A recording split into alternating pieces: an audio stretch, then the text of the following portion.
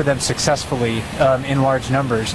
If the waterfall wasn't here and the salmon were able to swim more freely through the stream, the bears would have a very difficult time actually catching salmon, and that's one reason why we're not seeing a lot of salmon fishing happening at the mouth of the river, because the salmon just have so many more avenues of escape.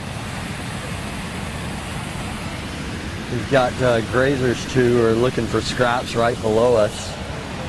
Oh, actually, I think these are 435s. Oh, they sure are. You're right. These two are. So here's there's 435 herself. There's Holly. So she's the bear walking into the water right now. Medium, large, adult female, very blonde, has dark eye rings, very blonde ears. Even in the fall, she'll be relatively blonde. And we got a glimpse of a couple of her cubs. One matching her color, the other one very dark. You know, and she's around the Brooks Camp area quite a lot, so people are likely to see this bear probably as much as any other this summer. Yeah, and here come her two cubs following her. It's interesting to see that the cubs have almost the exact same shed pattern, just their coat colors are different, but you can see they both have like a shaggier mane around them. Their facial structures are similar. Their coat colors could suggest that they have different fathers, but we don't really know that. Female bears are promiscuous during the mating season, so they could have different fathers, but we're not sure of that. It's also very common for one male bear to sire a whole litter. Right.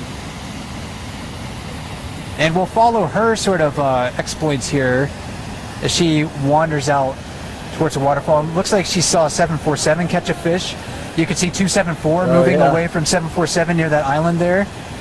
And 747, again, really big bear. One of the more dominant bears in the river, and almost all other bears will give him space just because he's so large.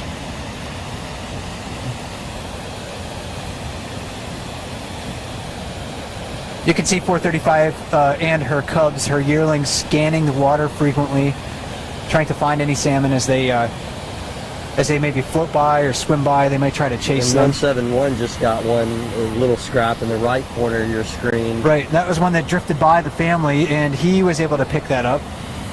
A very opportunistic find for that little one. Each one of these salmon at this time of the year, 4,500 calories or thereabouts. So if a bear's eating a whole fish, then they can easily gain a considerable amount of energy just in one salmon. And then if you're like 747 and you're able to catch a few dozen per day, then you can have easily 100,000 calorie day. We've counted him doing that. Sometimes people ask if we can identify the bears, if there's any like lip tattoo or any collaring, and the answer is no. All of this identification comes, especially Mike, someone with your experience, just long-term observation, learning what to look for. But of course, I know even someone with your experience studies that bear book from time to time. I do. I use that very heavily. And very, very useful tool. And again, a lot of bears downstream, again, picking up those scraps.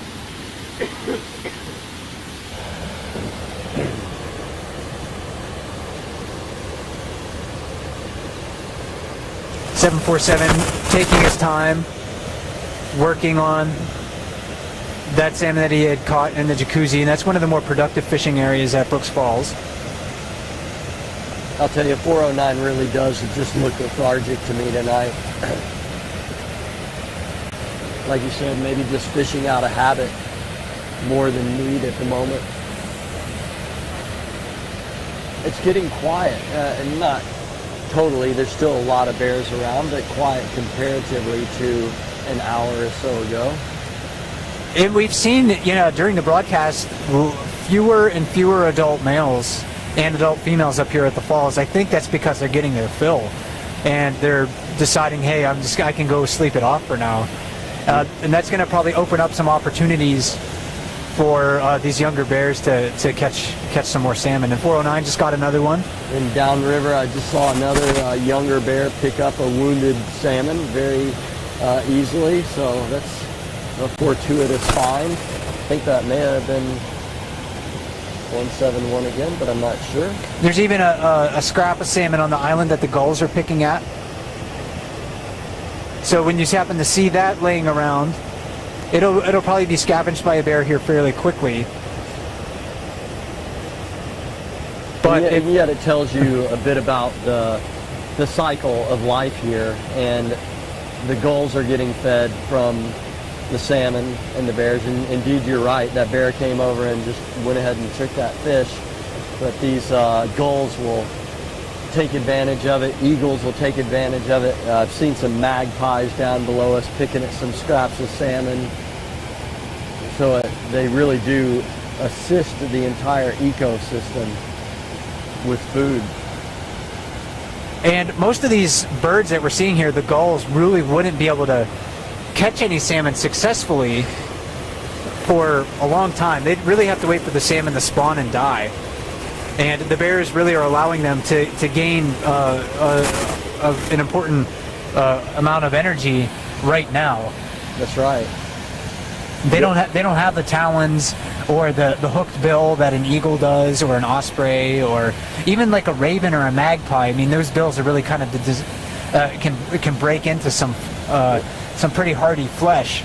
But the gulls have to work at it a little bit harder. When the bears open up a salmon and leave it behind, it's very easy for them to scavenge that, and it's an important part of their diet. Yeah, and they have their own. You watch the gulls. I mean, they have their own competition and fighting over the scraps. They have their own pecking order. I don't know that I want to get into identifying gulls. That might be a complex process. I think if we could, it would be almost as fascinating as the bears. I think you're right. But they are very, very similar in appearance. So if you think you have a hard time telling bears apart, you should try it with the salmon, and then you should also try it with the gulls.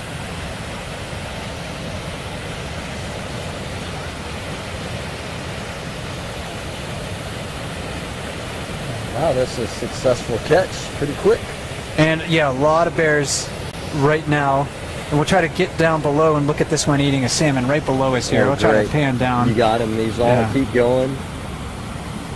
There we are. Great. And this, I'm not sure if this one's a male or a female. I haven't really been able to observe it closely enough. It's got that, looks like some type of wound on its back hind quarter. Does have a little bit of a scar Small, there. And that won't be there for long, though, probably. And the adult bears often carry scars, less so on females. Adult males, it's one of their sort of defining... There's a magpie joining it right now. One of their defining characteristics is that they often have scars around their neck and face from fighting for food resources and also access to females. Things are changing on Brooks River, because even these scraps laying around for magpies, that wasn't happening even a day ago. There were enough leftover scraps for some of these smaller animals to get, these birds. And the magpies and the ravens right now, they'll really start to cache pieces of salmon as well. There, one of my first summers here, I was down at the mouth of the river, and a woman asked me, do you put salmon in the trees? And I was like, what are you talking about, salmon in the trees? You've seen this? And she's like, yes. And I was like, show me. So we walk over to a tree nearby, and in the crook of a tree, there was actually bits of salmon tucked in there. How about that? And it was from the magpies. Really? Yeah. Okay. So when they're faced with abundant food, they will take it and store it in certain areas and retrieve it later. Fascinating. So ravens will do that. Magpies will do that. We know, both of those animals are members of like the corvid family. So intelligent birds realize that, hey, if I am able to take this food and put it someplace safe, I'll be able to eat it in a few days when maybe food resources aren't as abundant. Oh, that's great. I think we got 171 out of view below us, getting those scraps we were just talking about laying around. So they didn't lay around for long.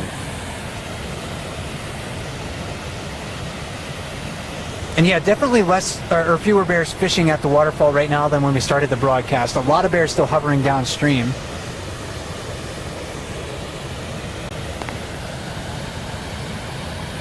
You can see almost all of these bears are either young adults or young adult females, or maybe those sub-adult bears. Just all looking for leftover salmon, maybe trying their skill, testing their skill, charging through the water. But I'll tell you what, not a one of them looks in bad shape. They all look pretty darn healthy for this time of year. Even the little ones that you think are struggling, most all of them have some good weight on their side.